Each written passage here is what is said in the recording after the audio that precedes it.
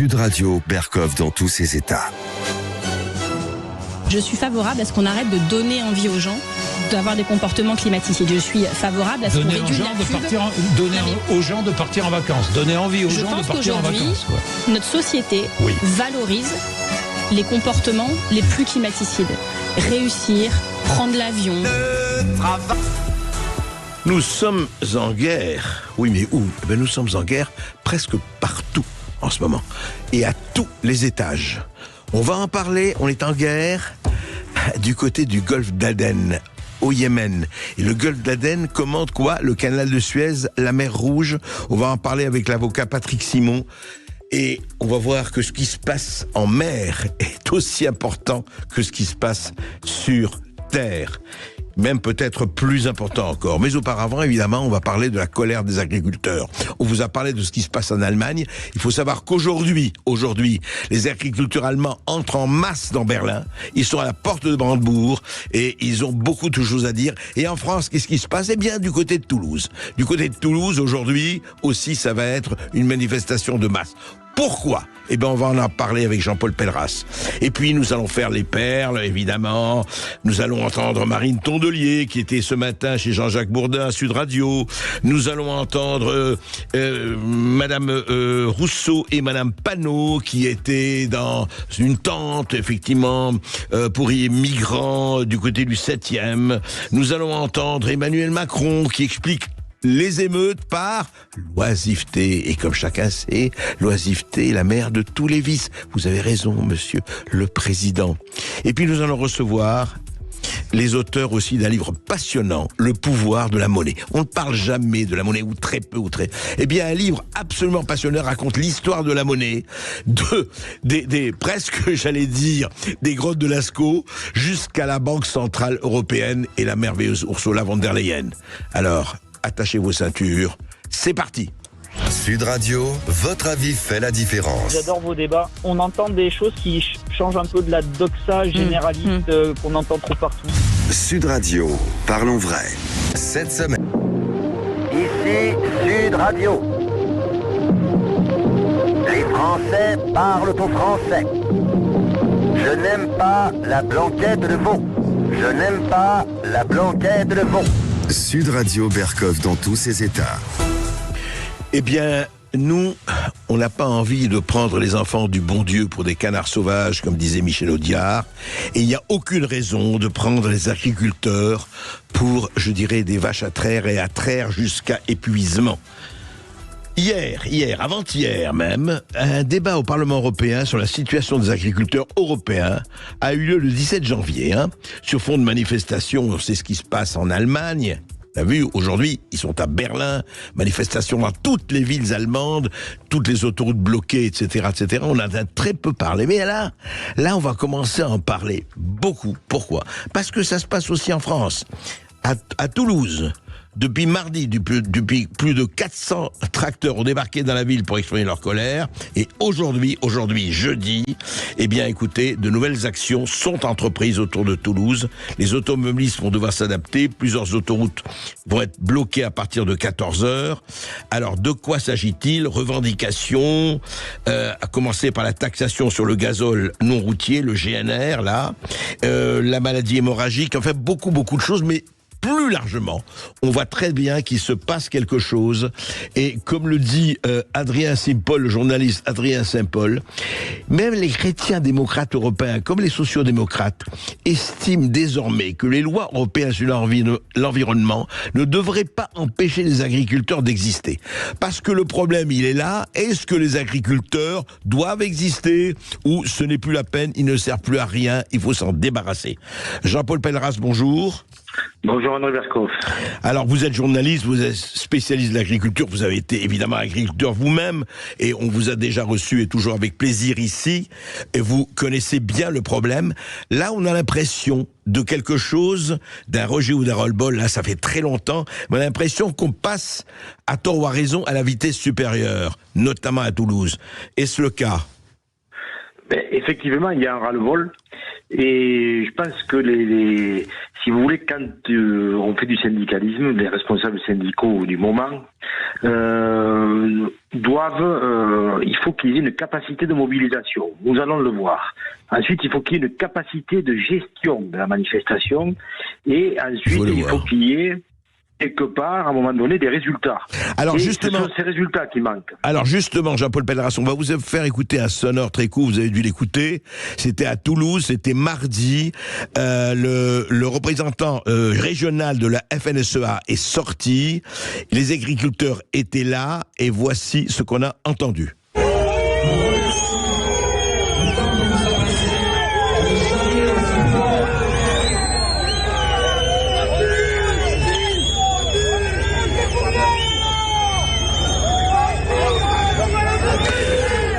Jean-Paul Pelleras, on l'a bien et distinctement entendu vendu. Qu'est-ce qui se passe par rapport au syndicat et par rapport à une certaine base, en tout cas? Ce qui se passe, et je suis d'autant plus à l'aise avec ça, puisque j'ai moi-même été président de Centre départemental des jeunes agriculteurs. J'ai siégé à l'époque avec Christian Lambert au CNDG à Paris, donc je suis d'autant plus à l'aise. Il y a une espèce de rupture entre la base et les instances syndicales nationales FNSEA, CNJA. En gros, je vais dire, on ne peut pas manger avec un ministre, un président, un préfet le lundi et aller lui mettre une veine de fumier ou manifester devant sa porte le mardi. Voilà un petit peu la synthèse. Ce que je pense un peu résumé. Et les gens en ont un peu assez de cette congestion qui finalement devient complaisante et il n'y a plus de résultat. Parce que quand vous amenez des gens sur une manifestation, les gens viennent une fois, deux fois, trois fois. Au bout d'un moment, il y a un phénomène du jour qui faut qu'ils ne reviennent pas parce qu'il n'y a pas de résultat et on ne peut pas promettre des choses qui ne seront pas tenues. Voilà, avec des saupoudrages, après, nous évoquerons, j'imagine, les raisons de la manifestation. Alors justement, je voudrais qu'on les évoque tout de suite, si vous voulez bien, parce qu'on va parler aussi de l'Allemagne, Jean-Paul Pelleras, mais les raisons des manifestations, parce que elles sont nombreuses. Est-ce que vous pouvez nous dire quelles sont les raisons principales, en fait, aujourd'hui? Ce sont, globalement, André, ce sont les charges. Et l'Europe, en dehors des pays émergents, est en train de devenir trop cher. Les charges sont trop élevées et aujourd'hui, c'est le moins-disant social qui l'emporte partout dans le monde. Qu'on le veuille ou non, c'est comme ça. Je vous cite un exemple. Il y a 20 ans, la France produisait 400 000 tonnes de pêche et de nectarines. Elle n'en produit plus que 200 000 aujourd'hui. L'Espagne, il y a 20 ans, produisait 500 000 tonnes de pêche et de nectarines. Elle en produit 1,5 million aujourd'hui. D'accord. Oui, en 20 ans. Et du simple au double selon que l'on se situe d'un côté ou de l'autre des Pyrénées. Uniquement cet exemple. Et vous pouvez le dupliquer à l'infini. Ouais. Mais alors c'est quoi? C'est que vous le dites très bien, et surtout en Europe, vous dites que on a, et il y a aussi les accords avec le Mercosur, la viande qui vient de Nouvelle-Zélande, le lait, etc., on en a parlé.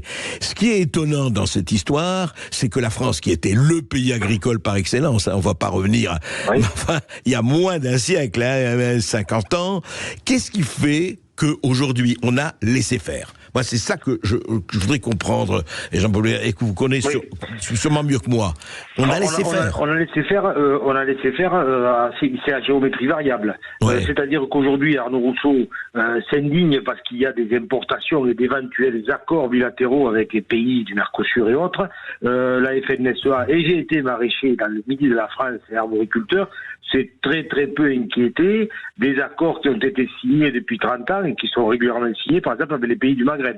Ça, on s'en fout. Parce qu'on envoyait des céréales, par contre, au Maghreb. Alors, vous voyez un petit peu, où on en est. Bon, ensuite, aujourd'hui, qu'est-ce qui pèse vraiment, et dans la trésorerie, et sur le moral du monde agricole, que ce soit les Allemands, les Français, peu importe, c'est le dogme écologique. C'est le dogme écologique et toutes les contraintes environnementales qui sont imposées. Le paysan, il ne peut plus se retourner. C'est impossible. Aujourd'hui, en France, on ne peut plus produire de cerises parce qu'il y a un produit interdit, alors qu'on peut continuer à les produire impunément en Espagne avec ce même produit qui est autorisé là-bas. Ah oui, dans la même Europe, nous faisons partie de l'Union européenne, ce qui n'est pas accepté en France est légitimé en Espagne, c'est ça? Bien sûr, mais puis après on va pas parler des contrôles sur, ma foi, sociaux, fiscaux, etc., etc. Il y a une certaine, je dirais, amplitude. Voilà. Et tout ça, à un moment donné, ça passe plus. C'est mécanique. Ça ne peut plus passer. C'est impossible.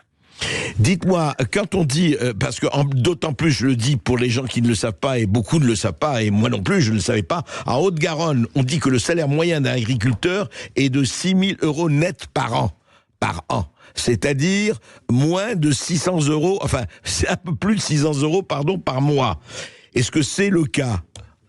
Vous savez, Monsieur Verkoff, dans le Midi, il y a beaucoup d'agriculteurs. Malheureusement, c'est devenu une friche. C'est le pays de la friche maintenant, alors que c'était les jardins de l'Europe. Il y a beaucoup d'agriculteurs aujourd'hui qui font la circulation devant les écoles ou qui vont pousser des transpalettes chez les importateurs parce qu'ils ont dû plier boutique. Et vous savez, de 600 € à la faillite, il n'y a qu'un pas. Ce qui attend malheureusement beaucoup d'agriculteurs dans des secteurs qui peuvent être totalement différents. Vous me parlez d'un département, où effectivement, après vous avez des secteurs qui sont encore un petit peu, disons, le nez hors de l'eau, jusqu'à quand, à cause des charges qui augmentent en permanence. Voilà. Alors, il y a la loi d'orientation, évidemment, c'est ce qui est en train de sortir. Tout le monde est en train de parler de ça. Mais la loi d'orientation, elle expliquer au type qui gagne 600 € qui va déposer le bilan dans un an, mais il n'a rien à foutre de la loi d'orientation agricole. Absolument rien à foutre. Ce sont des mots. Il y en a eu 6 depuis 1960. Bon, allez, on a créé le label rouge, on a créé la SAFER, on a créé... Bon, c'est beaucoup de bruit pour pas grand-chose. Et ça, là, on est dans la cogestion entre le syndicalisme et l'État. Ils vont taper en touche, ils vont dire « Attendez un peu, on va vous sortir une loi d'orientation. » Mais après, derrière, on reviendra de nouveau au point où on en est aujourd'hui.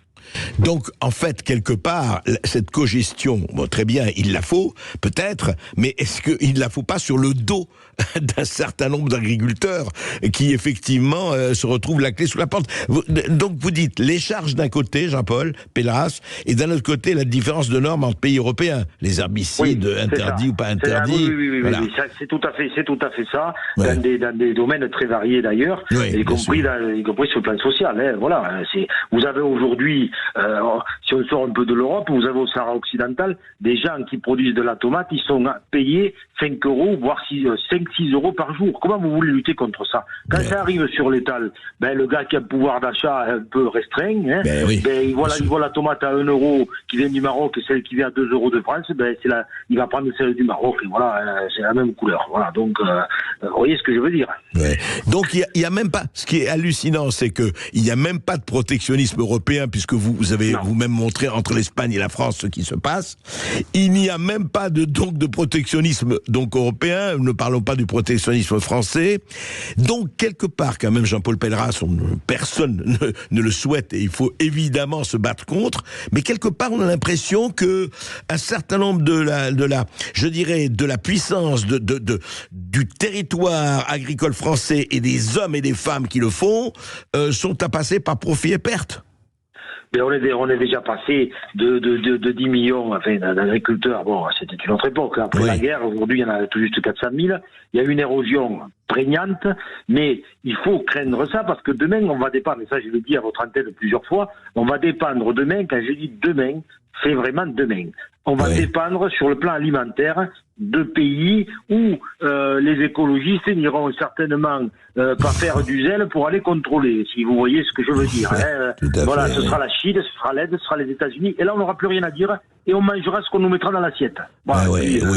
Surtout qu'on sait comment la Chine et l'Inde et la Russie et autres se foutent éperdument, pardon de la vulgarité du propos, mais il faut le dire, des COP 21, 22, 23, 24 ou 32. Voilà. Donc, ce pays agricole fabuleux qu'est la France, on est en train sciemment quand même, je dirais sinon de le détruire, de moins de le fendiller, de l'écarteler, quoi.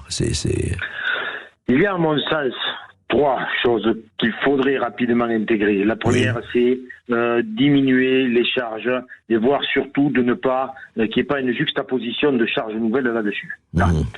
Ensuite, il faut que l'État fasse un choix, mais très clair et très précis, entre les souhaits des environnementalistes et la nécessité de maintenir une agriculture conventionnelle qui est la seule capable de nourrir 3 fois par jour, 365 jours par an, 67 millions de Français. Ouais. Et ensuite, bon, il faut aussi que, bon, ça je parle pas pour vous, mais bon, que certains médias arrêtent de s'acharner sur l'agriculture avec des émissions stigmatisantes. Voilà. Ouais. Ça, ce sont ceux qui ne connaissent même pas, même pas les grands distributeurs et tout, parce qu'ils vont dans certaines officines restauratrices. Mais enfin, ça, c'est un autre problème. Mais juste Jean-Paul Pelleras, est-ce qu'à votre avis, cette colère peut continuer et peut augmenter ou, allez, j'allais vous poser la question, vous personnellement, doit augmenter pour faire pression? C'est difficile. J'ai moi-même été syndicaliste à l'époque. J'avais fait un peu de prison dans les années 90 pour avoir manifesté. Hein. Et c'est très difficile parce que il faut tenir. Il faut tenir longtemps.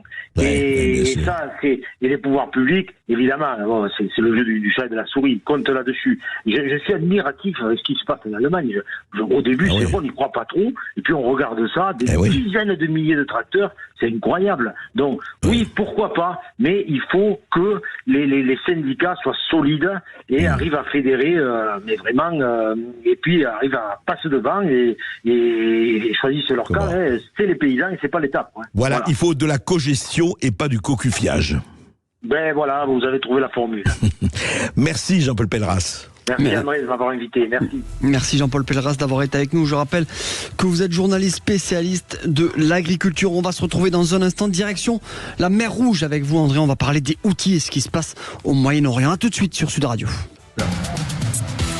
Sud Radio Berkov dans tous ses états, midi 14h. André Berkov. Alors, ici Sud Radio. Les Français parlent au français. Les carottes sont cuites. Les carottes sont cuites. Sud Radio Berkov dans tous ses états. La mer qu'on voit danser le long des golfes clairs. Oui, je suis entraîné. Quelle mer qu'on voit danser le long des golfes clairs. Ah bon, vous pensez que le golfe Persique est un golfe clair et que la mer y danse? Est-ce que vous pensez que le golfe d'Aden est un golfe clair où la mer danse? Oui, pourquoi je parle de ça? Je parle de ça tout simplement. La mer est devenue, l'a toujours été évidemment, les flottes, hein, on le sait, l'invincible Armada, etc., Trafalgar. Mais la mer est devenue plus que jamais un terrain d'affrontement aujourd'hui global. D'un côté, le détroit d'Ormuz, pour ne parler que de l'Asie et du Moyen-Orient, qui commande le golfe Persique. Et vous savez ce qu'il y a au golfe Persique, hein, du point de vue des énergies fossiles, qui, contrairement à ce que disent certains écolos, ça marche encore très fort. Et le golfe d'Aden, qui commande la mer Rouge, le canal de Suez, parmi lesquels passe la moitié, ou en tout cas une très bonne proportion des marchandises du monde. Eh bien là, il y a le Yémen. Et en ce moment, les Houthis du Yémen qui font parler d'eux et qui bombardent des navires. Les Américains envoient leur flotte de guerre. Qu'est-ce qui se passe? Eh bien, on va en parler avec un avocat spécialiste de la mer. Et vous allez voir, c'est pas piquer des hannetons. Sud Radio André Berkov. Berkov dans tous ses états, ça balance pas mal sur Sud Radio. Mais oui, bien sûr, vous arriverez jusqu'à San Francisco absolument sans aucun problème. Le problème, c'est que c'est pas San Francisco qui est en jeu actuellement. Et un livre est paru que j'ai lu qui s'appelle Les aventures maritimes d'une putain et de son proxénète. Alors, il y a la putain et la proxénète, mais il y a surtout la mer. Patrick Simon, vous avez écrit ce roman qui est paru aux éditions L'Harmattan. Et vous êtes un spécialiste, alors dites-moi le rôle de la mer, parce qu'on oublie d'abord que la planète bleue, la planète mer, elle fait quoi, les 3/4 du globe? Presque. Oui, c'est la planète bleue, effectivement, c'est une surface immense de mer, et c'est par cette voie maritime que sont transportés la grande majorité des produits du monde. Oui. Alors qu'est-ce qui se passe en ce moment, pour revenir à l'actualité? Les Houthis. voilà, entre effectivement le détroit d'Ormuz, le golfe Persique, le golfe d'Aden avec le Yémen, la mer Rouge, est-ce que tous les événements, que ce soit Russie, Ukraine, que ce soit ce qui se passe Gaza, Palestine, que ce soit effectivement tout ce qu'il y a eu depuis des années, on ne parle pas que seulement d'aujourd'hui, est-ce qu'elle a impacté le trafic commercial, ou pas encore, ou elle risque de l'impacter?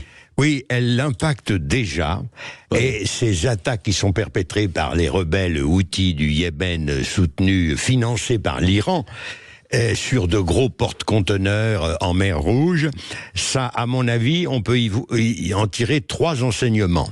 L'un géopolitique, l'autre militaire et le troisième juridique. Alors, je reprends ces éléments. D'accord. Les rebelles yéménites, qui sont financés par l'Iran, agissent, disent-ils, en soutien aux Palestiniens de Gaza. Donc, s'ils étaient logiques avec eux-mêmes, ils ne s'en prendraient que à des navires israéliens. Or, ils s'en prennent à toute la flotte du monde occidental qu'ils rencontrent. Et ça veut dire, à mon avis, que ce nouveau totalitarisme islamiste, quel islamisme, ne combat pas seulement Israël, qui est la pointe avancée de la liberté dans un monde arabo-musulman livré aux dictatures ou au chaos, mais combat aussi le monde libre en général. Et cela veut dire que, par exemple, nous avons vu récemment que le porte-conteneur Maersk Hangzhou, qui bat pavillon danois, et qui appartient au plus gros armateur du monde, qui est Maersk, un armateur danois. Donc pas du tout israélien, là. Pas du tout israélien. Il a été attaqué, et donc ce porte-conteneur a appelé au secours la marine américaine, qui a envoyé un destroyer et des hélicoptères. Et que s'est-il passé lorsque les hélicoptères survolaient les 4 bateaux pirates? Eh bien, les bateaux pirates ont envoyé des tirs sur les hélicoptères. Ces derniers, enfin la marine américaine, en riposte, en légitime défense, a coulé 3 des 4 bateaux et a tué la plupart des membres des équipages de ces 3 bateaux. Donc ça, mais cette histoire, elle est vieille. C'est la première. Vous dites en fait que le Yémen, les Houthis du Yémen attaquent absolument systématiquement les navires, disons, d'Occident. D'Occident, enfin, c'est ça. Alors que ce n'est pas logique avec leur démarche. Et l'enseignement militaire, le deuxième point qu'on peut tirer, c'est que ces braves gens ne comprennent que le langage de la force. Et là, on voit quand même l'efficacité et l'utilité de l'armée américaine. Que serions-nous sans l'armée américaine? On aurait peut-être eu l'invasion soviétique. On a des armées françaises. Voilà. D'ailleurs, nous aussi, nous devrions en faire autant. Et je crois que c'est. Donc vous dites que c'est l'armée américaine aujourd'hui qui tient l'équilibre. Qui tient la chose. Cela n'empêche pas les Houthis de continuer leurs exactions et d'essayer. Récemment, il y a eu un autre navire, le Zographia, d'un armement grec, qui a été aussi attaqué. Mais si vous regardez le film Captain Phillips, là, avec Tom Hanks qui joue le rôle principal, vous verrez comment ça se passe. Alors ça, c'était les rebelles, enfin, c'était pas politique. À cette époque, dans le golfe d'Aden, il y avait de la piraterie classique. Mais revenons à ça. Est-ce que les Houthis, en l'occurrence, peuvent bloquer peuvent arriver à un blocage du golfe d'Aden. Ils ne peuvent pas bloquer complètement, mais ils peuvent rendre la chose très difficile, et ça m'amène à mon troisième point, c'est que maintenant, ce qui se passe, c'est que la plupart des armateurs sont obligés d'envoyer leurs navires faire le tour de l'Afrique par le cap de Bonne-Espérance. Résultat des courses, $1 million de plus à payer par navire. Par navire. $1 million de plus par navire. En combustible, en frais d'escale. Parce qu'il faut faire le tour. Il faut faire le tour par le cap de Bonne-Espérance. S'ils veulent éviter les pirates et les Houthis. Donc que font-ils? La question juridique qui va se poser à eux, ça c'est une question d'avocat, est-ce qu'on peut refuser d'exécuter son contrat pour raison de force majeure? Alors, je vais essayer de pas être trop technique. L'événement de force majeure, qu'est-ce que c'est? Quand il y a eu, il y a quelques années, je sais pas si vous vous souvenez, ce navire Ever Given, je défendais l'armateur propriétaire qui a bloqué tout le canal de Suez. Ça pouvait être considéré comme un événement de force majeure, en ce sens que c'était un imprévisible, 2, extérieur aux autres navires, et 3, irrésistible. Là, le problème, c'est qu'il n'y a pas l'un de ces éléments, l'irrésistibilité n'est pas réunie.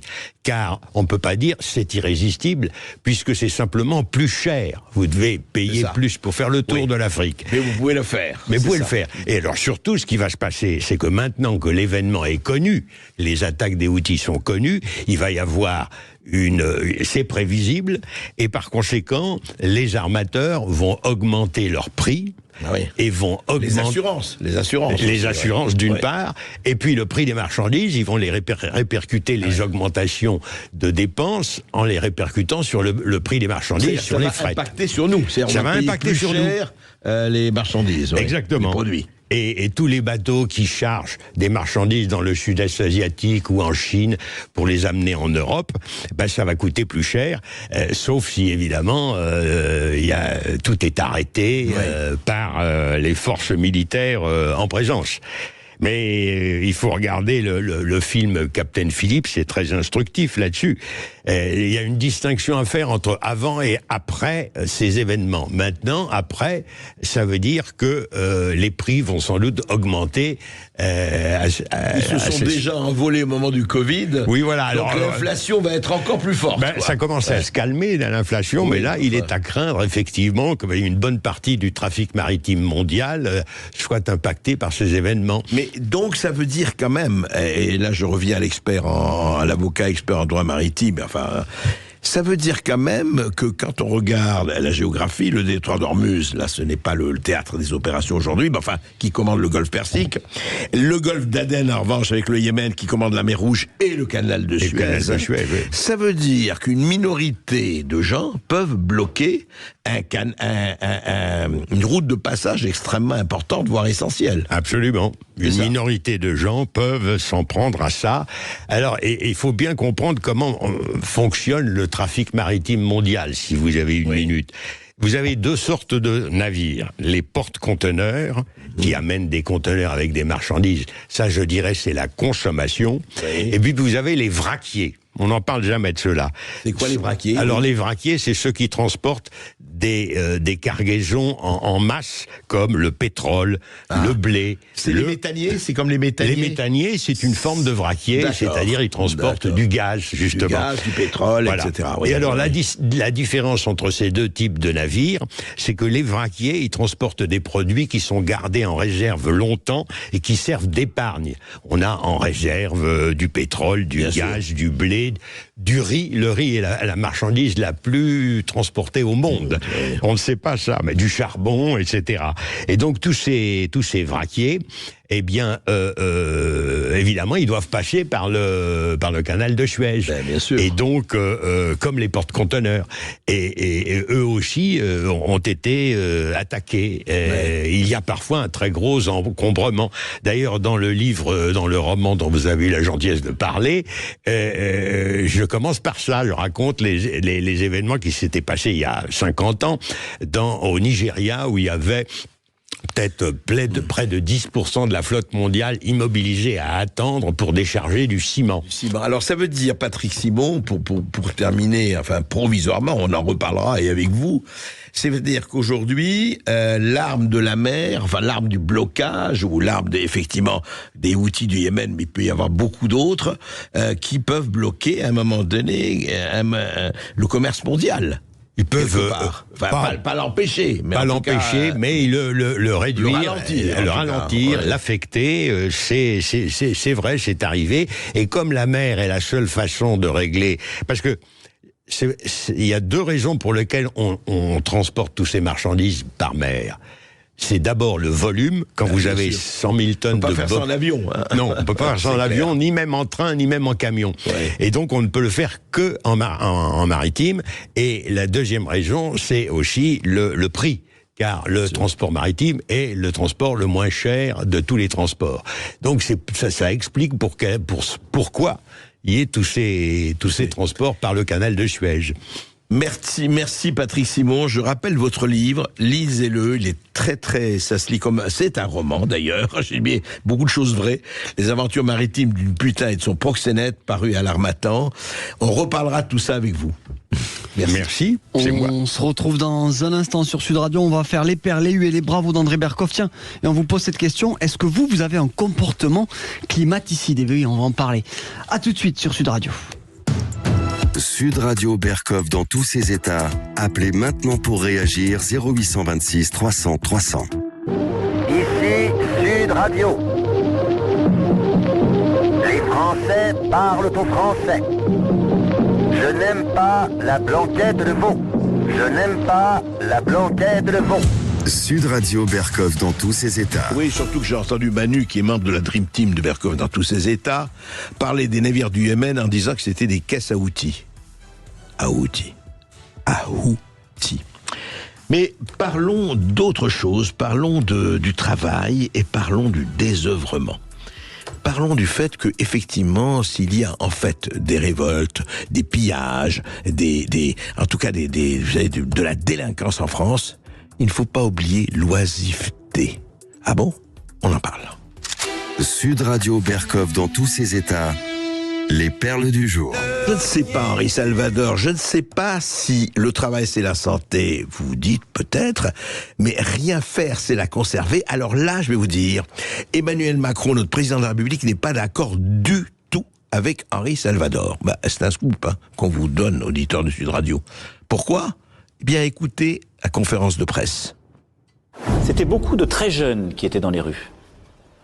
Et c'était des jeunes, c'est une erreur qu'on a commise, qui étaient souvent sans école depuis le mois d'avril.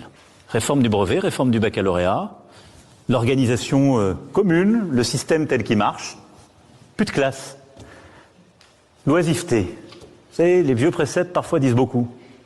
C'était des jeunes qui n'ont pas la chance d'avoir des familles qui les emmènent à la mer, à la montagne, qui justement n'ont pas assez accès à la culture, au sport. Ils s'ennuyaient. Il y a eu un événement déclencheur, la mort d'un jeune.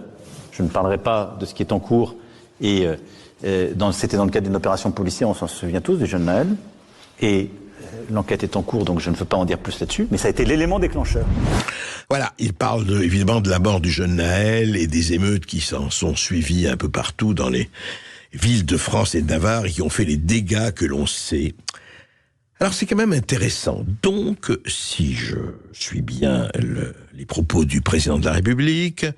Au fond, il faut comprendre, et il ajoute toujours c'est notre faute. Intéressant, toujours la culpabilisation, mais enfin bon, les gens dans leur voilà, ils avaient plus de classe à ce moment-là, et l'oisiveté, effectivement, et puis ils ont pas de parents qui les amènent à la mer ou la montagne, et donc ils cassent. Et donc, style, ça peut se comprendre. C'est quand même hallucinant qu'un président de la République, je ne dis pas, il s'agit pas de condamner ou pas, mais il s'agit de la compréhension.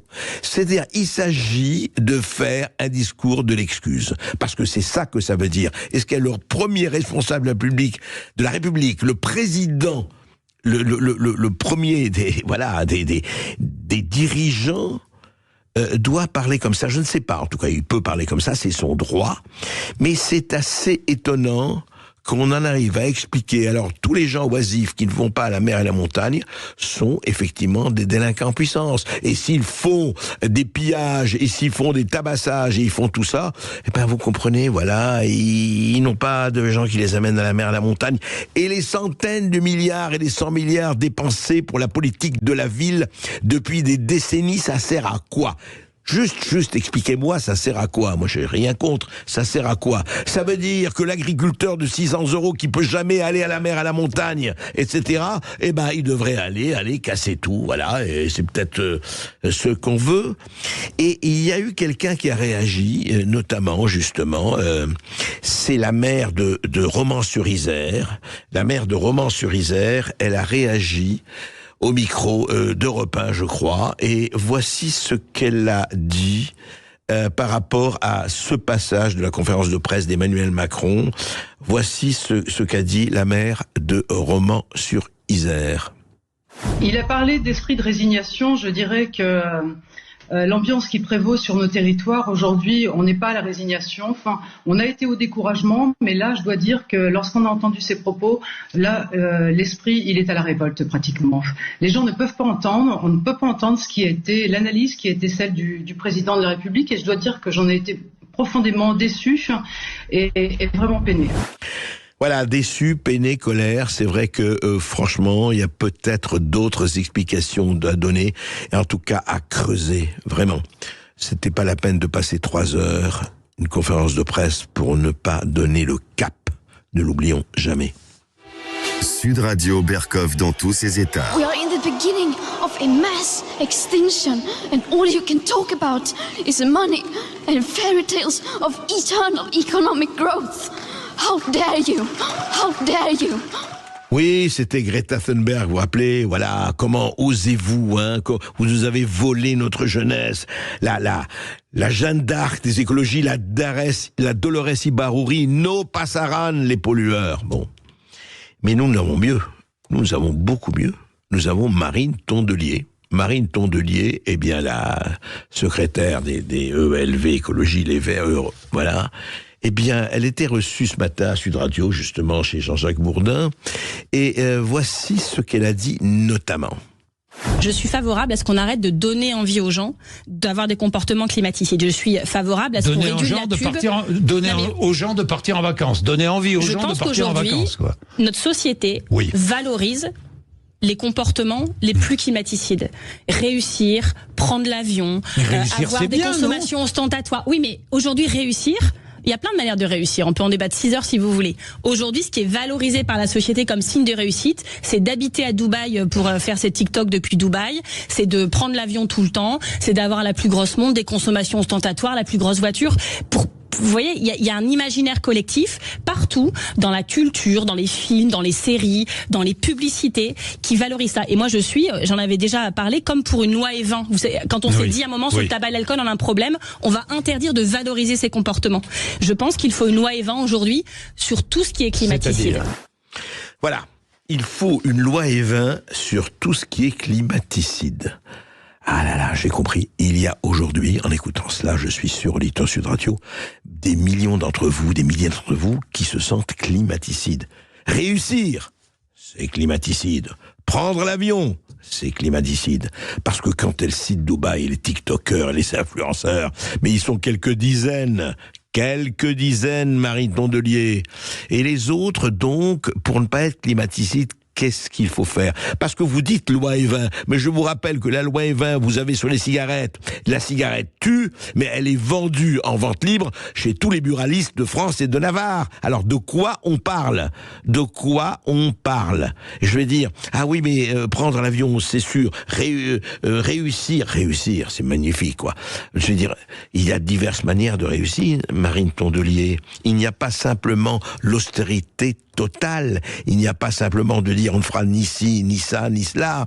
Vous voyez de quoi meurent aujourd'hui les agriculteurs français? On a parlé il y a 10 minutes, parce que les herbicides, ça marche en France, mais ça ne marche pas en Espagne. Ils n'en ont pas besoin. C'est-à-dire qu'une Marine Tondelier et ces braves écolos de EELV, ils disent à la France, vous arrêtez tout à cause du CO2, alors qu'on est maillot jaune dans le CO2, mais les autres, la Chine, la Russie, l'Inde, le Turkménistan et compagnie, polluez les gars, on n'en a rien à voir. Et vous, eh bien écoutez, serrez votre air à la discipline, et puis allez, punissez-vous, fouettez, j'ai péché. Voilà, ça s'appelle la pêche au tondelier. Sud Radio Berkov dans tous ses états. Belle chanson de Pierre Bachelet. Alors voilà, il y a eu des députés LFI et ELV qui ont passé la nuit sous la tente avec les sans-abri du 7e arrondissement de Paris. Alors on a vu effectivement, ils étaient bien sous une bâche, ils ont passé la nuit. Et pour dire voilà, il faut effectivement ne pas laisser les sans-abri sous des tentes de fortune, etc. Oui. Certes, et vous avez tout à fait raison, ça ne se fait pas. Et alors vous avez chanté, alors on a entendu ce qu'ils ont chanté, écoutez. Logement! Qu'est-ce qu'on veut? Logement! En regardant par ici. Logement! Pour qui? Pour tous! Pour qui? Pour tous! Pour quand? Tout de suite! Pour quand? Voilà. Qu'est-ce qu'on veut? Logement pour qui? Pour tous, pour quand? Tout de suite. Très bien. Alors il y avait Mathilde Panot, il y avait Sandrine Rousseau et un certain nombre de gens. Voilà. Ils ont chanté, ils sont restés, les caméras étaient là, très bien, bravo, on a été filmés, et puis ils sont tous rentrés chez eux, dans leurs bons petits appartements, bien douillés, bien chauffés. Simplement, bravo, il faut faire ça, il faut attirer l'attention. Mais peut-être, Mathilde de panneaux. Sandrine Rousseau, vous pourriez peut-être prendre 1 ou 2 SDF, je ne sais pas, dans votre appartement ou dans votre résidence secondaire. Et je vous assure que là, je serai le premier à tirer mon chapeau. Le premier à tirer mon chapeau si vous faisiez ça. Vous voyez, c'est pas quelque chose de très difficile. Prenez une personne, prenez 2 personnes. Mais allez, comme ça, passer quelques heures à chanter et à faire de la com sur le dos, excusez-moi, de quoi? D'un gouvernement qui ne fait rien et de gens qui sont à la rue et des SDF. Pourquoi vous n'allez pas ramasser quelques SDF? Il y en a encore qui meurent de froid tous les jours en France. Bon, voilà, c'était des questions qu'on avait envie de poser. Et on rappelle qu'à Paris, il y aura 3000 personnes qui dorment dans la rue, dont 1 sur 3 qui a moins de 18 ans. On va se retrouver dans un instant sur Sud Radio après les infos de 13h. On va vous parler du pouvoir de la monnaie. À tout de suite sur Sud Radio. Sud Radio. Sud Radio. Parlons vrai. Parlons vrai. Sud Radio. Parlons vrai. Sud Radio Berkov dans tous ses états. Le face-à-face. Sur Sud Radio avec aujourd'hui face-à-face André Berkov, vous recevez Augustin Cerciron, co-auteur de ce nouveau livre, Le pouvoir de la monnaie aux éditions Les Liens qui libèrent. Bonjour Augustin Cerciron. Bonjour. Alors, enseignant-chercheur, diplômé de l'ESSEC, docteur en sciences économiques et en philosophie politique, et il ne s'agit pas du tout d'un livre policier sur abouler la monnaie et ne touchez pas au Grisby. Mais justement, qu'est-ce que c'est que le Grisby? Qu'est-ce que c'est que la monnaie? Et j'ai trouvé tout à fait passionnant que ce livre, quand je l'ai reçu, le pouvoir de la monnaie. Parce qu'on parle du matin au soir de l'euro, du dollar, du yuan maintenant évidemment avec les BRICS et compagnie, et puis tout le reste, des roubles, etc. Et au fond, on en parle comme ça, mais qu'est-ce que ça veut dire? C'est quoi la monnaie? Et justement, c'est un livre écrit à 3 personnes, Isabelle Coupé-Soubéran, Pierre Delandre et Augustin Cerciron, que nous accueillons aujourd'hui. Au fond, Augustin Cerciron, comment on pourrait définir la monnaie? Ce que c'est que la monnaie, parce que on utilise tous, papier, chèque, etc. On fait voilà. Et qu'est-ce que ça veut dire, ce qu'on a sonnant et trébuchant? On a encore même de la monnaie. On a des 1 ou 2 euros. Voilà. Qu'est-ce que c'est? Comment pourrait-on la définir en fait? Bonjour André Berkov, merci beaucoup de me recevoir. Alors la monnaie, il faut la voir pas simplement comme un pur objet technique, dans une vision un peu instrumentale, un peu étroite. Il faut la voir vraiment comme une institution sociale, c'est-à-dire une construction collective. C'est vraiment du collectif.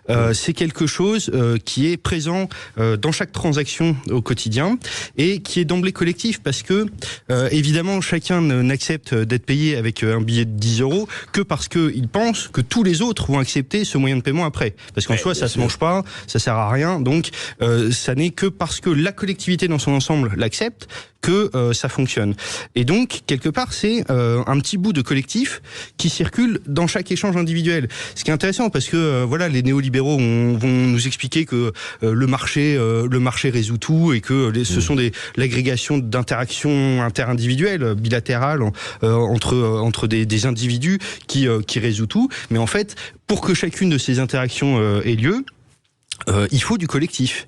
Alors justement, parce que vous l'avez défini vous-même, je rappelle simplement, vous dites il y a les règles formalisées, du système des paiements. On est tous payés, salariés ou pas salariés, etc. Vous parlez ensuite, ça c'est très intéressant, ce désir mimétique, le pouvoir d'achat.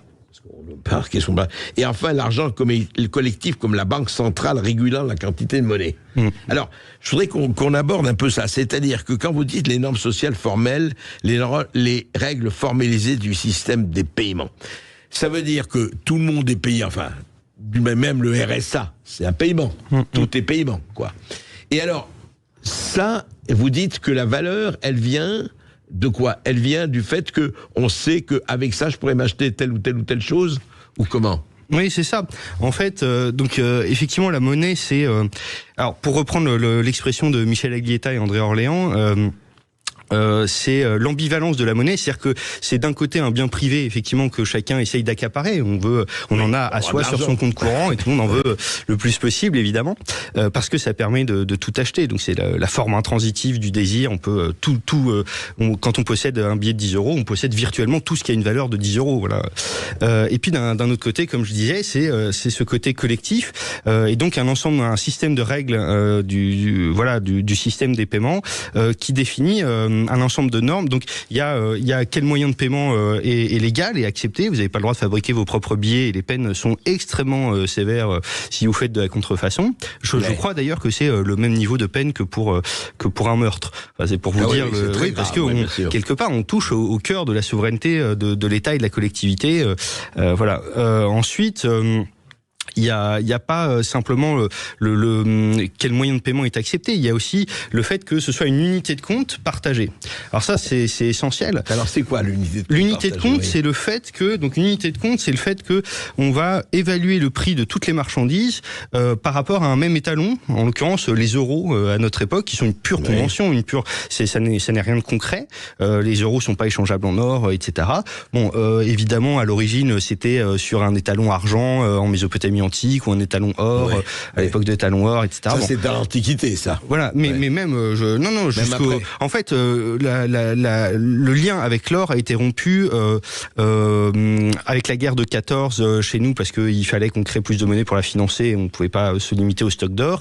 On a essayé de le réinstaurer après ça avec le franc Poincaré en 1928, si je dis pas de bêtises. Et puis finalement, ça a ressauté avec la crise de 29. Et à la fin, il y a que le dollar américain qui a gardé le lien à l'or, c'est le système de Bretton Woods, mais même ça a fini par sauter. En 71, le président Nixon dit qu'il n'est pas capable d'assurer la convertibilité en or. Avec donc c'est un consensus qui consiste à dire voilà, c'est l'euro pour l'Europe, pour l'Union européenne, disons. Et donc il y a ce que vous disiez, donc le désir mimétique, c'est-à-dire on imite le désir des autres. Donc chacun veut de la monnaie parce que tous les autres veulent de la monnaie. Donc chacun imite les autres. Voilà, bon, c'est ça qui fait émerger une institution monétaire fondamentalement. Et donc l'unité de compte, c'est le fait que si on n'avait pas d'unité de compte, on devrait évaluer la valeur des biens en les comparant les uns aux autres. Donc vous allez dans un supermarché, si vous comparez, si vous n'avez pas l'échelle des euros et que vous essayez d'évaluer combien vaut une boîte de sardines, vous la comparez à une boîte de thon, à un dixième de chaise, à 3 boîtes de cornichons. C'est impossible. Le prix de ça par rapport à... Et donc, c'est-à-dire que vous multipliez aussi le nombre de prix par rapport à vous évaluez votre marchandise en unité de toutes les autres marchandises disponibles. Vous allez dans un hypermarché, vous avez minimum 25 000 produits référencés. Ça ferait 625 millions de prix relatifs de chaque produit exprimé dans tous les autres. Je dirais moi ça vaut ça ou ça vaut ça. Et par ailleurs, donc l'unité de compte, ça nous permet quand même de diviser le nombre de prix et puis de pouvoir comparer plus facilement. Mais c'est une unité de compte qui est partagée par tout le monde, c'est-à-dire qu'on compte tous les deux en euros et en fait tout le monde affiche ses prix en euros et paye en euros, etc. Et ça crée un langage commun qui rend compréhensible le monde économique pour tout le monde. Et il suffit pour mesurer l'importance que ça a d'aller dans une zone monétaire étrangère. Vous allez en Inde et on vous affiche des prix en roupies, vous êtes complètement perdu. Vous savez pas du tout si 10 000 roupies c'est beaucoup, c'est pas beaucoup. Vous savez. Oui, mais donc, pardon, je sais quand même le taux de change. J'arrive en Inde. Oui, mais ça demande un sacré calcul. Moi, pour avoir vécu au Sénégal, le temps, l'euro, etc. Mais c'est pas un exercice compliqué, ça. Au quotidien, il faut. Moi, j'ai vécu au Sénégal. Le franc CFA, il est indexé sur l'euro, mais il fallait quand même diviser par ceci, multiplier par cela, et ça met quelques semaines, voire quelques mois, avant qu'on sente un peu intuitivement. Alors que si je vous dis que je vous fais une tablette de chocolat à 10 euros. Vous sentez l'arnaque, Vous n'avez pas besoin de réfléchir pour ne pas me l'acheter. Donc ça, c'est vraiment une unité de compte partagée, c'est essentiel. Et aussi parce que les évaluations, le prix des marchandises, ils forment par la rencontre de l'offre et de la demande dans un contexte institutionnel particulier. Donc c'est des évaluations subjectives qui s'affrontent et puis par la concurrence, on arrive à un équilibre plus ou moins stable. Mais mais au moins ces prix peuvent être formés parce qu'on a une unité de compte. Parce que si on n'a pas, vous pouvez avoir votre boîte de sardines dont le prix augmente par rapport, évalué en quantité de riz, parce que la demande de la sardine par rapport au riz évalue dans tel sens, mais si la sardine par rapport au pain évalue dans tel autre sens, et ben vous savez pas du coup si les prix augmentent ou baissent. Et du coup, vous savez pas s'il y a de plus en plus de demandes et s'il faut augmenter la production de pain. C'est la monnaie qui équilibre tout ça, quoi. Voilà, et donc c'est une institution collective qui est au centre du marché, ce qu'on nous dit jamais, quoi. Oui, ce qui est intéressant. En fait, c'est le produit d'un consensus collectif, enfin qu'on accepte, quoi. C'est ça, et donc ça repose sur la confiance collective. Cette confiance collective, elle est lente à créer. Donc elle existe depuis quand d'ailleurs, juste un mot. Alors, par rapport elle existe depuis quand? Elle existe à peu près. En fait, les premières monnaies marchandes, parce que dans les sociétés tribales de chasseurs-cueilleurs, vous avez des monnaies qui existent, mais qui servent pas du tout à acheter et à vendre, qui servent à faire des paiements symboliques de dettes de vie. C'est-à-dire quand vous le prix de la fiancée, quand vous allez vous marier, ou si vous avez tué un individu de la tribu d'en face pour apaiser les tensions et qu'il n'y ait pas de vendetta, vous faites le prix du sang, etc. Mais les monnaies vraiment marchandes, c'est en Mésopotamie antique que ça va naître, donc il y a 5300 ans, enfin en 3300 avant Jésus-Christ à peu près. Et là, effectivement, ça se fonde donc en Mésopotamie sur le cycle d'argent. 5000 ans quand même. Hein. Ouais, ça a 5000 ans cette affaire-là, donc c'est pas rien. Et ça se fonde sur quoi? Alors en Mésopotamie, ils ont pas d'or, donc ça se fonde sur l'argent. En Égypte, ils ont de l'or, donc ça va se fonder sur l'or. L'or en Égypte, c'est considéré comme la chair des dieux. Il y a un côté tout à fait religieux à l'origine, tout à fait magique. On passe un peu du pouvoir magique au pouvoir d'achat, comme dit Marcel Mauss, progressivement. Et l'argent en Mésopotamie, pareil, c'est associé aux dieux mais ça permet tout de suite déjà à l'époque d'acheter telle ou telle chose. Alors non, c'est-à-dire qu'au départ, ce qui va être inventé, c'est l'unité de compte, et la monnaie comme moyen de paiement des achats, ça intervient beaucoup plus tard, vers 600 avant Jésus-Christ. Donc en fait, pendant 2700 ans, on a une unité de compte qui permet d'évaluer les marchandises et de les échanger, mais on les échange mais en nature. Alors comment ça se passe? Par de la dette. Et ça se passe en fait au départ, c'est des sociétés extrêmement centralisées. Vous avez des temples ou des palais, ce qu'on appelle les grands organismes. Donc on appelle ça des sociétés palatiales parce qu'elles sont complètement organisées autour de ces grands organismes, les palais ou les temples. À l'origine d'ailleurs, c'est les temples qui précèdent les palais. Donc c'est un fondement religieux à ces sociétés-là.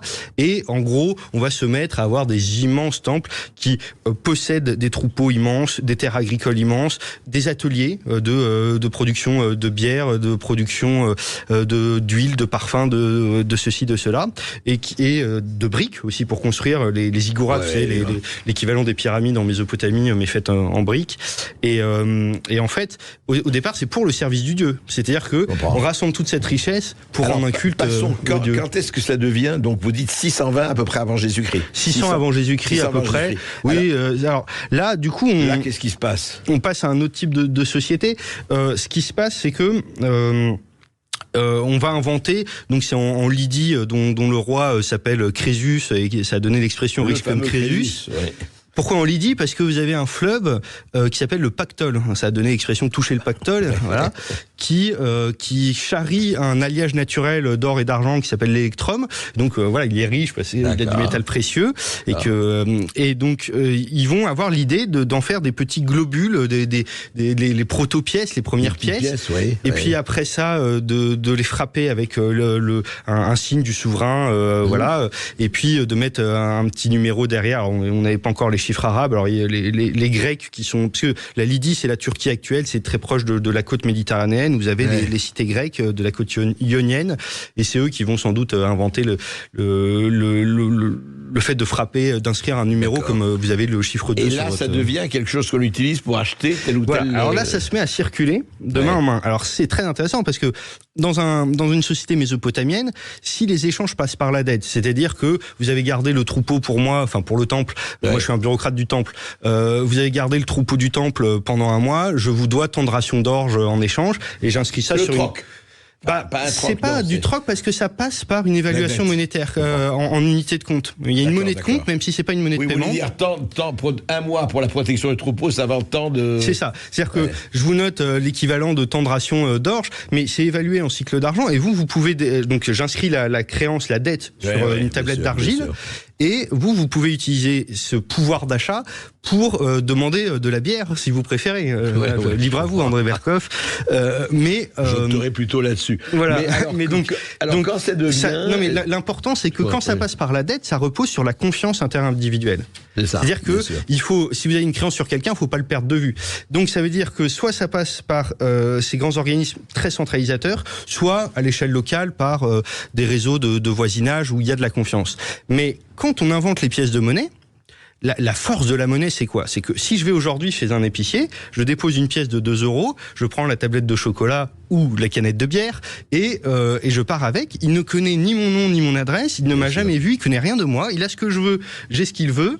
C'est quand même magique, c'est extrêmement puissant et c'est un mode de coordination entre individus qui marche à l'échelle mondiale, qui est révolutionnaire et qui permet des échanges décentralisés. Ouais, passionnant, on va en parler tout de suite après cette petite pause. Oui, avec vous aussi, comme tous les jours, 0826 300 300, vous témoignez, vous nous appelez, vous nous posez des questions. Augustin Circeron tentera de répondre à vos interrogations. À tout de suite sur Sud Radio.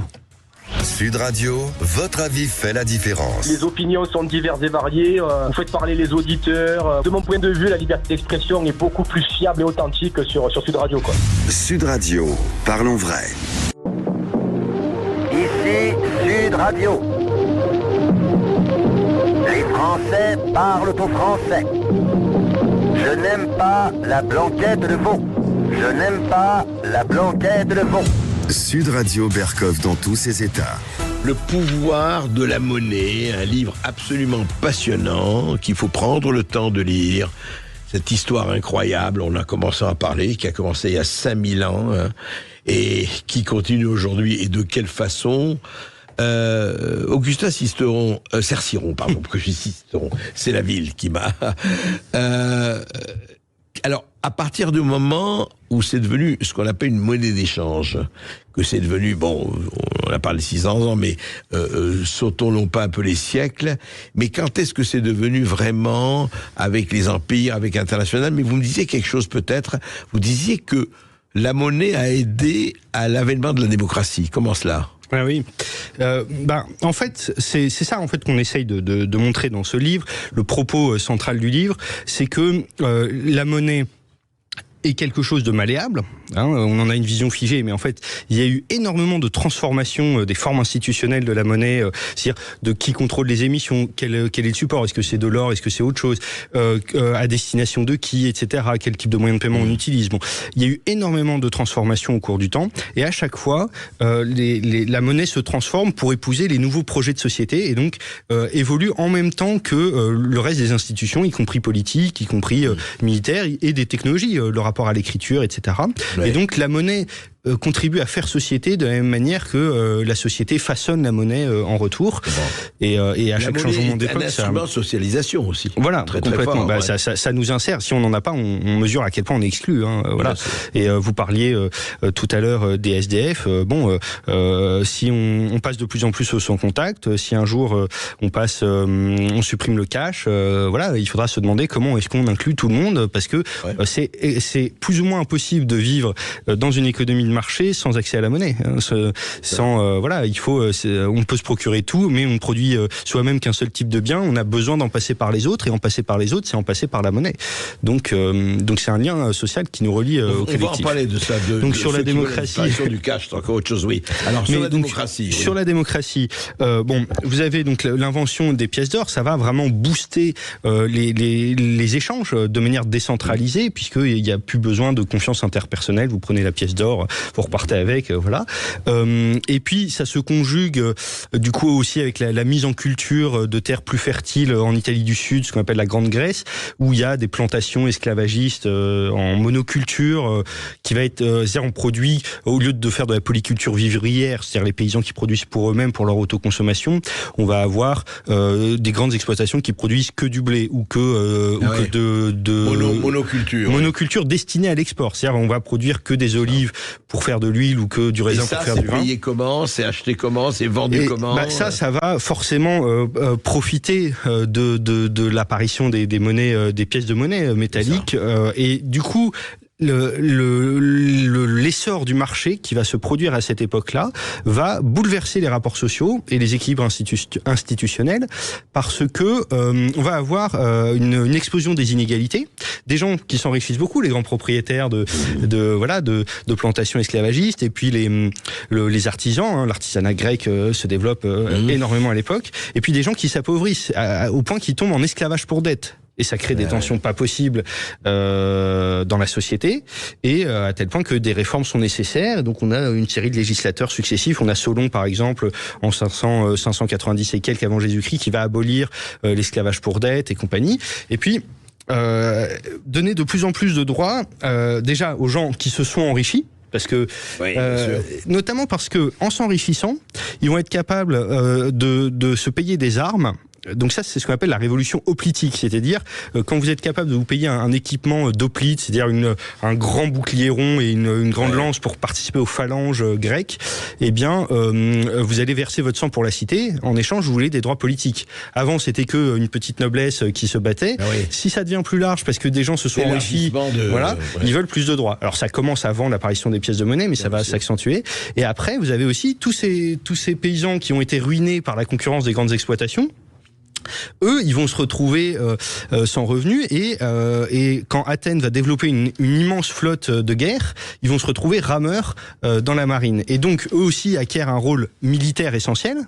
Et puis dangereux, vous avez des batailles navales, etc. Donc, ils versent leur sang, donc eux aussi, ils vont obtenir des droits politiques. Et donc, ça va progressivement s'élargir et devenir la première démocratie, la fameuse démocratie athénienne, dont je rappelle qu'il y a quand même quelque chose comme 200 000 esclaves pour 40 000 citoyens. Enfin, c'est pas que on les sait femmes très bien sont sur pas, quoi est bâtie la démocratie, mais ce qui n'enlève rien au mérite de la démocratie. Et puis ça fait aussi naître la philosophie avec des tas de réactions contrastées par rapport à ce nouvel ordre marchand. Comme ils avaient un peu d'argent, ils avaient le temps de philosopher. Oui, et le désordre provoqué par ces bouleversements sociaux crée des interrogations et des courants de pensée différents. Vous avez les sophistes qui trouvent ça formidable, la loi du plus fort, la loi du marché, et l'égalité pour tous face au marché. Vous avez Platon qui dit non, il faut un communisme, au moins pour les élites dirigeantes. Il faut que nos dirigeants ne possèdent rien, sinon ils seront corruptibles. Et même les femmes et les enfants doivent être élevés en commun. Donc c'est un peu idéal. Donc là, on est dans l'utopie, la cité idéale, c'est un peu, Et puis Aristote qui dit non, il faut réguler, accepter quand même le marché, mais le prêt à intérêt, non, il faut interdire, Donc on a des tas d'écoles de pensée qui vont être influencées. En tout cas, c'est dans le livre, c'est passionnant, et puis on va sauter quelques siècles après cette petite pause. Oui, avec vous, 0826 300 300, vous nous posez vos questions au standard de Sud Radio. On vous attend, à tout de suite. Sud Radio Berkov dans tous ses états. Appelez maintenant pour réagir 0826 300 300.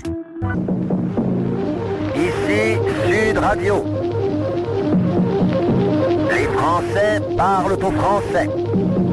Les carottes sont cuites. Les carottes sont cuites. Sud Radio Berkov dans tous ses états. Passer la monnaie. Mais elle passe, la monnaie, elle passe. Et elle se transforme. Rien ne se perd, rien ne se crée là aussi. Augustin Cerciron, sautons quelques siècles après les Grecs et les Romains, et arrivons à la création effectivement des banques et du marché. Je crois que c'est au 19e siècle qu'on peut parler de ça. Oui, alors vous disiez rien ne se perd, rien ne se crée, tout se transforme. C'est peut-être vrai en physique, mais alors en matière monétaire, ça n'est plus vrai. On arrive à créer de la monnaie à partir de rien. Ça, c'est la monnaie bancaire. C'est une nouvelle forme de monnaie qui n'a rien à voir avec la monnaie métallique inventée par les Lydiens et les Grecs. Alors, c'est quelque chose...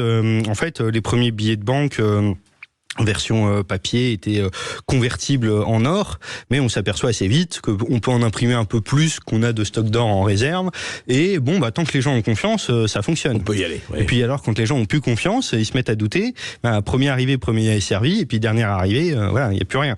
Et ça, c'est toujours vrai aujourd'hui. Il y a encore donc ces phénomènes de ruée bancaire, les bank runs, les fameux bank runs, ça existe encore avec la Silicon Valley Bank, on l'avait vu récemment. Et ça, les autres n'ont plus que leurs yeux pour pleurer, quoi. Voilà, c'est ça. Madoff et compagnie. Voilà. C'est autre chose. Et donc finalement, mais c'est un peu le même principe, oui. Donc finalement, ça c'est une lente émergence, parce que dès le XVIIe siècle, XVIIIe siècle, il y a des banques, etc. Après, ça va vraiment prendre son essor au XIXe siècle avec la révolution industrielle. qu'on n'aurait pas pu financer simplement avec les stocks d'or et d'argent disponibles. Et donc on se met à créer donc ces monnaies papier et puis aussi les monnaies scripturales, c'est-à-dire un jeu d'écriture. Donc ça c'est la monnaie bancaire qui domine aujourd'hui. C'est quoi ? C'est simplement le solde qui est écrit sur votre compte courant. Les dépôts à vue, si vous avez écrit 1000 sur votre compte courant à la banque, c'est de la monnaie et vous pouvez faire des paiements directement avec votre carte bancaire, votre chéquier, des virements, etc. Parce que vous avez votre solde à la banque de temps. Voilà. Et sans avoir besoin d'en passer par des billets qui eux-mêmes ne sont même plus convertibles en or. Donc là, il faut savoir quand même qu'aujourd'hui, on a 85% de la masse monétaire, c'est de la monnaie scripturale et les billets et les pièces, c'est juste 15%. Donc voilà, l'essentiel, ça passe vraiment. On a toujours la vision de la. 85%, c'est quoi ? Dans les cartes de crédit, vous les mettez dans la monnaie scripturale. Oui, les cartes de crédit, c'est pas de la monnaie, c'est un instrument de paiement, c'est un moyen de mobiliser la monnaie qu'on a sur notre compte courant. Donc la monnaie scripturale, c'est simplement tous vos comptes courants, les dépôts à vue, pas le livret A, etc., mais vraiment votre compte courant à la BNP, à la Société Générale ou autre. Ça, c'est de la monnaie. Et si on fait si on additionne tout ce qu'il y a, tous les comptes courants de tous les agents, les ménages, les entreprises, etc., dans toute l'économie, ça, c'est la masse monétaire. Enfin, si on rajoute les pièces et les billets en circulation. Et c'est 85%, ça. Alors, 85%, ce sont des dépôts qui n'existent que sous forme purement de jeu d'écriture comptable. Je comprends. Et donc, un jeu d'écriture comptable, c'est très facile à créer. Écrire 1000 sur un compte courant, c'est très facile. Mais comment ça se crée ? En fait, au départ, je vous disais donc, on a un stock d'or, on s'aperçoit qu'on peut créer un peu plus de billets, les prêter aux gens, et puis voilà. Bon, là c'est toujours le même système, c'est-à-dire que ce sont les banques qui vont prêter. En fait, on a la vision fausse que c'est la banque centrale qui crée la monnaie. Et que on a la vision en plus de la planche à billets, donc on voit la monnaie comme essentiellement des pièces et billets. C'est ce qu'on dit. Voilà, mais en fait, la banque centrale qui active la planche à billets. Mais c'est une expression. Mais en fait, derrière, 85% de la monnaie, c'est pas des pièces et des billets, mais surtout, c'est pas la banque centrale qui crée la masse monétaire. Ce sont les banques privées. Aujourd'hui, c'est un pouvoir privé qui a le contrôle sur l'émission de la monnaie, ce qui est quand même une sacrée nouveauté. Alors ça, depuis quand ça, vous diriez ? Ça s'est fait progressivement, cette création de monnaie, non pas par l'or, mais par des prêts, en fait. Pour répondre juste tout de suite à votre question, aux États-Unis, au début des années 1870, donc fin du 19e, on a 50% de la masse monétaire qui est déjà sous forme purement scripturale. Et en 1930-35, on doit déjà être à 90%.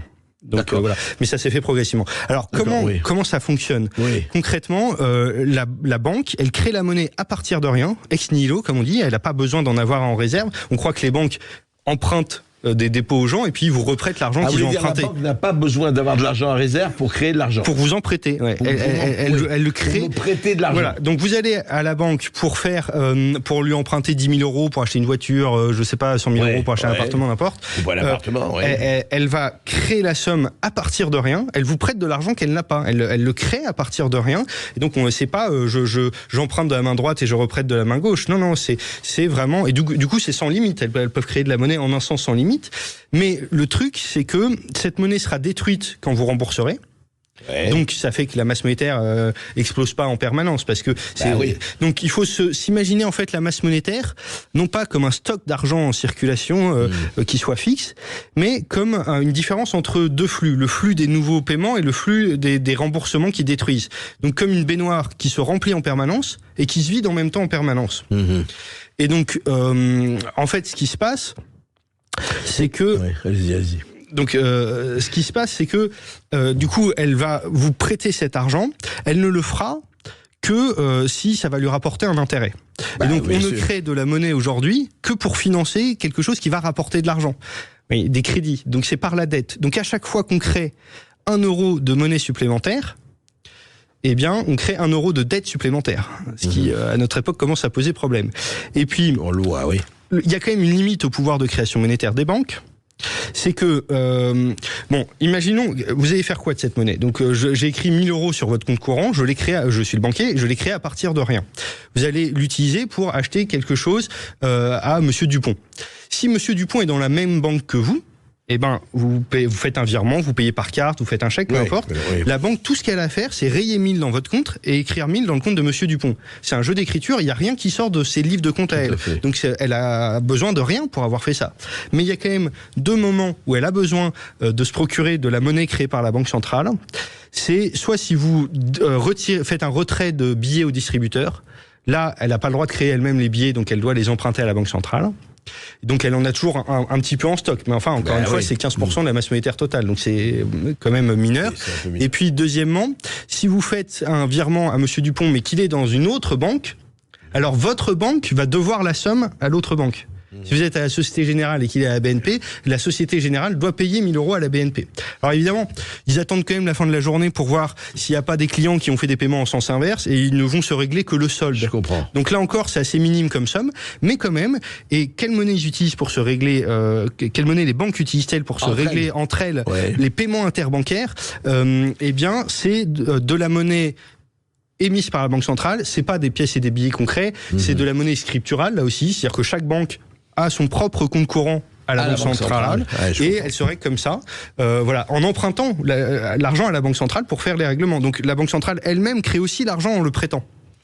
Donc c'est tout un mécanisme de dette. Juste une chose, quand vous dites, elle n'a pas besoin d'avoir les 1000 € pour me donner. Mais par exemple, je fais un emprunt, ils vont s'assurer que j'ai de quoi payer, mais et quelquefois ça ne marche pas.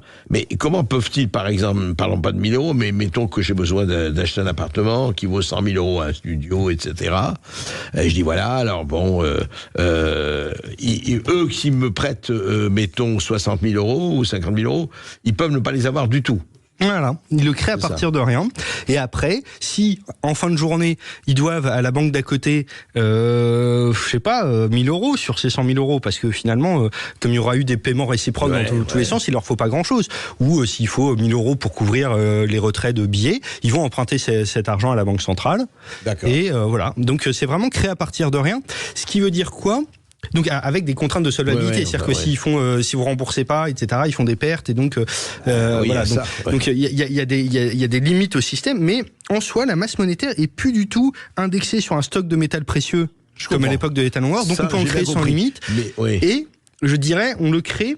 Le grand changement, c'est que quand on était dans des monnaies or, l'or quelque part, c'était un stock de richesse passée. Donc c'était une monnaie quelque part tournée vers le passé et la richesse accumulée. Là, cette monnaie-là, on l'a créée en fonction d'un projet d'avenir. Donc typiquement, parce que là on a pris l'exemple des ménages, mais le centre... Mais c'est quoi le projet d'avenir votre projet d'avenir, c'est que vous, si vous empruntez 100 000 € pour acheter un studio, vous pensez quand même que pendant 15-20 ans, vous allez avoir des flux de revenus futurs, un salaire qui va vous permettre de rembourser. Donc vous vous projetez dans l'avenir. Le projet d'avenir, c'est la créance que la banque a sur vous, c'est une promesse sur l'avenir. C'est pas, on regarde pas le passé, on regarde l'avenir. Et puis, en fait, là, on prend l'exemple des ménages, mais ce qui est central dans la création monétaire, c'est les prêts que les banques accordent aux entreprises. Et donc, c'est là où, dans la révolution industrielle, on change vraiment de paradigme. On a une société tournée non plus vers le passé, mais vers l'avenir. Et donc, un entrepreneur vient voir une banque, il dit j'ai le projet de produire tant de pots de yaourt ou n'importe quoi, il me faut de l'argent, j'emprunte à la banque, avec ça, je paye mes salariés. Donc l'argent passe des entreprises aux ménages. Les ménages consomment, l'argent revient vers les entreprises. Les entreprises peuvent rembourser leurs dettes et l'argent est détruit. Il est revenu chez les banques, il est détruit. Et après, un nouveau cycle de production va recréer, redétruire. Donc il y a de l'argent qui se crée, qui se détruit en permanence. Et tout ça, c'est un projet d'avenir. On anticipe qu'on va réussir à écouler 100 000 pots de yaourt. 25 ans, alors, qui vont permettre de... Voilà, sur les entreprises, c'est des cycles de production plus courts. Parfois, c'est des cycles très longs, etc. Donc, voilà, c'est tourné vers l'avenir. Et là encore, la monnaie évolue en même temps que l'ensemble de l'ordre social. Parce que sur le plan politique, il se passe la même chose. Dans l'Ancien Régime, avant le 19e siècle, on était roi de France... Parce que, en fonction du passé, on avait hérité du sang royal, des lignées, de toute une lignée ancestrale. Bon. Aujourd'hui, on est président de la République parce qu'on a été élu sur un projet d'avenir. Donc c'est toute la société qui s'est mise à regarder vers le futur. Et donc là encore, la monnaie évolue en même temps que la société dans la même direction, permet la révolution industrielle, permet toute la modernité. et de plus en plus aujourd'hui, malheureusement, orienté vers la finance, c'est-à-dire que le petit circuit que je vous ai décrit, où on prête à un entrepreneur qui produit des pots de yaourt, qui paye des gens, etc., à la place, les banques, depuis les années 80, se sont mises à plutôt que faire des prêts, des crédits, ils se mettent à acheter des titres sur les marchés financiers, et ils créent de la monnaie à partir de rien pour ça, et ça va gonfler des bulles spéculatives et détourner l'argent. C'est pour ça qu'on manque d'argent dans tous les domaines. On a connu ça, et on connaît encore ça aujourd'hui, moult exemples. Après cette petite pause, on va peut-être prendre les auditeurs. On va se retrouver dans un instant. On aura Julien qui nous appelle depuis Marseille. À tout de suite, Julien, on vous attend. Sud Radio Berkov dans tous ses états, midi 14h. André Berkov. Ici Sud Radio. Les Français parlent au français. Je n'aime pas la blanquette de veau. Je n'aime pas la blanquette de veau. Sud Radio Berkov dans tous ses états. 13h47 sur Sud Radio, nous sommes ensemble jusqu'à 14h. On accueille Julien qui nous appelle depuis Marseille. Bonjour Julien. Bonjour Julien. Bonjour André, bonjour à votre invité, c'est très très intéressant ce qu'il raconte. Alors moi j'ai une question, que penser, en sachant que celui qui frappe la monnaie a le pouvoir sur celui qui l'utilise, que penser des Américains qui sont arrivés en 1945 avec une monnaie et que De Gaulle n'a pas voulu mettre en circulation, et a posteriori savoir que les Américains ont réussi à imposer le dollar au monde entier, donc à imposer leur supériorité, et aujourd'hui on a un combat des monnaies entre le yuan et le dollar qui fait que celui qui a la monnaie dominante a le pouvoir sur le reste du monde. Oui. Bah écoutez, très bonne question. Effectivement, on voit De Gaulle est quelqu'un qui avait tout à fait compris que la monnaie c'est une institution centrale et que la monnaie a du pouvoir et que celui qui en a, a le pouvoir de la monnaie. Et du coup, c'est pour ça d'ailleurs que c'est un enjeu citoyen et démocratique. Il faut s'emparer de ces questions qui peuvent paraître un peu techniques, un peu abstraites, mais il faut pas les délaisser. Et la question de savoir qui contrôle l'émission de la monnaie est essentielle. Effectivement, les Américains en débarquant de toute façon avaient un projet de mettre totalement la France sous tutelle. Ils avaient le projet de l'AMGOT, l'American Government of Occupied Territories. Donc voilà, et c'est De Gaulle qui a réussi à éviter qu'on soit occupé comme les Allemands, avec un gouvernement d'administration coloniale américaine, quoi. Et pareil, il avait créé aussi, quand il était à Londres, il avait créé la Banque des Français à l'étranger, qui est devenue aujourd'hui l'Agence française de développement, et parce qu'il savait très bien qu'il fallait que la résistance puisse gérer un peu ses propres fonds. Donc c'est des enjeux tout à fait énormes. Sauf que le dollar a triomphé partout. Après la guerre, les Américains, en fait, c'est eux qui dominent complètement sur le plan industriel, sur le plan de l'économie réelle. Ils ont fait le Fordisme avant les autres, etc. Ils n'ont pas eu la guerre sur leur sol, etc. Bon. Et donc, finalement, le système monétaire international de Bretton Woods qui s'installe en 1944, c'est de dire les monnaies des pays européens ne reviennent plus à la convertibilité or. C'est impossible. On a essayé dans l'entre-deux-guerres, ça n'a pas marché, et c'est encore moins possible après. Et en revanche, on fait un étalon change or, c'est-à-dire que les monnaies, le franc, la livre, etc., sont échangeables à taux fixe, c'est des échanges fixes avec le dollar qui lui-même est convertible en or. Mais c'était un peu une fiction, parce que on comptait sur le fait que tout le monde avait confiance dans le dollar et n'oserait pas vraiment demander. Et De Gaulle, toujours lui, dans les années 60, avait volé dans les plumes des Américains en demandant, lui, qu'on lui envoie son or. Il voulait d'ailleurs, je crois, envoyer un navire militaire pour récupérer l'or à New York. Et Giscard d'Estaing, aujourd'hui, tout le monde veut récupérer l'or. Vous avez Poutine et compagnie. Oui. Sauf qu'aujourd'hui, c'est plus convertible en or, puisque en 71, Nixon explique au monde que le dollar, c'est notre monnaie, mais c'est votre problème. On va pas s'occuper de maintenir la convertibilité, mais simplement, c'était devenu entre-temps la monnaie du commerce international et la monnaie de réserve, mondiale. Ce qui était la monnaie anglaise avant. Et donc, et puis cette monnaie-là, comme dit David Graeber, l'hégémonie du dollar est aussi soutenue par l'impérialisme américain, au sens où on a un pays qui a 800 bases militaires dans le monde entier, qui a 7 porte-avions, qui a etc. Donc ceux qui ont essayé de vendre leur pétrole, d'arrêter de vendre leur pétrole en dollars, comme Saddam Hussein, ont eu quelques problèmes. Sauf qu'aujourd'hui, ça change.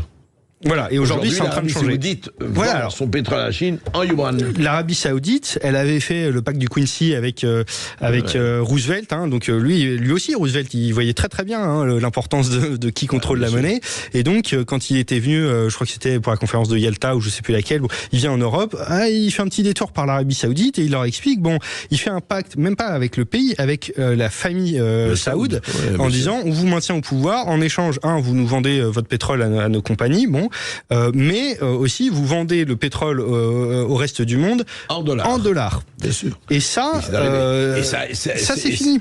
Et c'est fini, c'est en train de s'effondrer. Voilà, c'est en train de tomber. On va remercier Julien qui nous a appelé. On accueille Emmanuel qui nous appelle depuis la Bretagne. Bonjour Emmanuel. Bonjour Emmanuel. Bonjour à tous les deux. Alors moi je vous écoute et je voudrais essayer d'être claire et vous poser une question. Allez-y. Depuis maintenant quelques années, à côté de l'économie traditionnelle, s'est développée l'économie sociale et solidaire. On parle beaucoup de souveraineté, de consommer local, et on a vu l'essor de monnaie locale citoyenne, et qui ne se développe pas simplement ni en Bretagne, ni en France, mais également en Belgique aujourd'hui. Alors j'aimerais beaucoup savoir ce que vous pensez des monnaies locales, sachant qu'il y a aujourd'hui des banques qui sont spécialisées dans l'économie sociale et solidaire. Très bonne question, merci beaucoup. Alors effectivement, il y a un essor assez formidable des monnaies locales. Ça marche bien, les gens s'en emparent. Il y en a, il y en a qui marchent pas, il y en a qui marchent très bien. Il y en a une, mais le nombre revient pas, mais au Pays Basque qui marche très bien. Après, il faut avoir conscience que ça ne pèse tout ensemble, elle ne pèse même pas 1% de la masse monétaire. Donc ça reste complètement anecdotique. Mais c'est révélateur d'un besoin de la société de se réapproprier la monnaie, dont on a l'impression même si on comprend pas forcément comment ça marche, on sent bien qu'on n'a plus tellement de pouvoir dessus et que ça va toujours au même et qu'on en manque partout. Bon, alors il y a plusieurs manières de contester l'ordre monétaire institutionnel actuel. Il y a les monnaies locales qui sont sur un projet communautaire, local, machin. Il y a le Bitcoin sur un projet beaucoup plus libertarien, anarcho-capitaliste, une monnaie sans État, machin, voilà. Et puis il y a des projets de réforme comme celui qu'on propose dans le livre, avec toujours cette idée que effectivement il faut réformer en profondeur la monnaie pour réformer la société. C'est-à-dire, on sait bien qu'on va pas changer toute la société juste en changeant la monnaie, mais on changera pas la société radicalement sans changer aussi la monnaie. On remercie Emmanuel. On accueille Julien qui nous appelle depuis l'Essonne. Bonjour Julien. Oui, bonjour André, bonjour à votre Bonjour invité. Julien. Je vous remercie André de parler de ce sujet parce que souvent il est très souvent volontairement oublié des médias. Et moi il y a une chose que je voudrais rappeler, c'est que on entend souvent les journalistes à tort parler de monnaie unique. Non, en fait, l'euro, c'est une monnaie commune, parce qu'il ne faut pas oublier que ça repose, vous l'avez très bien dit, sur la confiance. La monnaie, c'est essentiellement de la confiance, et qu'en fait, aujourd'hui, on a chaque pays qui conserve sa banque nationale. C'est dire que voilà, les Allemands n'ont pas tellement confiance dans les Grecs, dans les Espagnols, et même plus loin dans les Français. Mais en fait, ce qui se passe, c'est que est-ce qu'en fait, on a toujours notre souveraineté en ayant donné ce pouvoir ultime, transféré ce pouvoir ultime à la BCE? Moi, je considère que non. Et qu'on n'a pas 36 solutions. Si on veut reprendre le pouvoir, ça s'appelle Frexit et ça s'appelle nouveau franc. Alors justement, attendez, j'ai bien compris Julien, mais je voudrais, comme on arrive en fin d'émission, et merci de votre question, est-ce que effectivement le problème, parce qu'on en parle beaucoup, ceux qui veulent sortir de l'euro, parce que justement ce que dit Julien, pas monnaie unique, et ceux qui ne veulent pas sortir, est-ce qu'aujourd'hui la transformation de la société passe, alors pour vous, par la disparition de l'euro, ou en tout cas la fragmentation, ou je ne sais pas, ou un autre statut pour l'euro? Oui, alors je voudrais d'abord répondre, je pense avoir démasqué un militant de l'UPR ou un sympathisant. François Asselineau explique effectivement ça, que c'est pas vraiment une monnaie unique, puisqu'on a gardé, donc la Banque de France existe toujours, voilà, il y a des banques centrales nationales, mais il y a par-dessus la BCE, et elles ont encore chacune leur propre compte, et dans le système de paiement interbanque centrale Target 2, on voit combien chacune doit à l'autre théoriquement, sauf qu'on ne règle jamais ses soldes, parce qu'on a quand même moi je considère qu'on a quand même une monnaie unique pour la raison que d'abord les pièces et les billets circulent, et puis l'unité de compte, et j'ai insisté sur l'importance de l'unité de compte est la même, et mais on peut considérer que c'est une monnaie unique, inachevée, parce que effectivement les Allemands voulaient prévoir une possibilité de sortie. Est-ce que l'euro va éclater? Honnêtement, moi je l'ai pensé, en 2015 avec la crise grecque, etc. Ce qui est sidérant, c'est la résilience de cette monnaie qui était mal fichu parce qu'on a une zone monétaire unique sans un pouvoir souverain unique et donc sans politique budgétaire unique, etc. Oui, et puis le budget de l'Union européenne, c'est bien gentil, mais c'est 1% du PIB, 2% du PIB, c'est pas 20-25% comme aux États-Unis, l'État fédéral.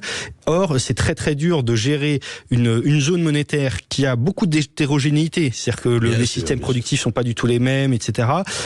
Sans politique budgétaire coordonnée, sans politique sociale coordonnée, etc. Après, voilà, est-ce que ce serait aussi très compliqué à démanteler? Enfin, ça aurait beaucoup de répercussions qui sont dures à anticiper, notamment voilà, qui ferait les frais des soldes de Target 2, etc. Ça pourrait ruiner la confiance, c'est dangereux. L'idéal serait peut-être de faire évoluer l'euro pour reprendre un pouvoir démocratique dessus, mais ça, c'est changer les traités, ça ne se fait qu'à l'unanimité. Et surtout, alors nous, on a justement fait une proposition de réforme de la monnaie pour créer de la monnaie sans dette. Faut quand même que j'en parle un peu. C'est la proposition du livre. Et on essaye rapidement parce qu'on est en fin d'émission. On essaye juste de rendre ça. On a disons un plan B qui reste compatible avec les traités tels qu'ils sont parce qu'on sait qu'ils sont durs à changer. Alors de la monnaie sans dette, qu'est-ce que c'est ? C'est l'idée en une phrase, c'est l'idée que puisque la monnaie, elle peut se créer par un simple jeu d'écriture comptable, pourquoi en passer par la dette? Pourquoi forcément il faudrait la prêter, cette monnaie? On peut avoir confiance dans la monnaie indépendamment de savoir si on l'a prêtée ou pas. D'ailleurs, les gens acceptent ce moyen de paiement sans savoir combien il y a de créances à l'actif de la Banque centrale. Et ça permettrait, de désendetter l'État, les ménages, etc. Et de financer tous les investissements qui sont indispensables pour les raisons sociales, écologiques ou autres, mais qui sont pas financièrement rentable et qu'on ne peut pas financer avec de la monnaie bancaire. Transformons la monnaie pour transformer la société. On reparlera de tout ça parce que ça mérite effectivement une autre émission où on parlera des solutions. Merci Augustin Cerciron d'avoir été avec nous. Vous publiez ce livre Le pouvoir de la monnaie avec Jésabel Coupé-Soubéran et Pierre Delandre. Tout de suite, vous avez rendez-vous avec Brigitte Lahaye sur Sud Radio. Demain, c'est Alexis Poulain qui sera là de midi à 13h et André Berkoff, la culture. Demain, 13h-14h avec Abnous Chalmani et Céline Alonso. À demain sur Sud Radio. Sud Radio. Sud Radio. Parlons vrai. Parlons vrai. Sud Radio. Parlons vrai.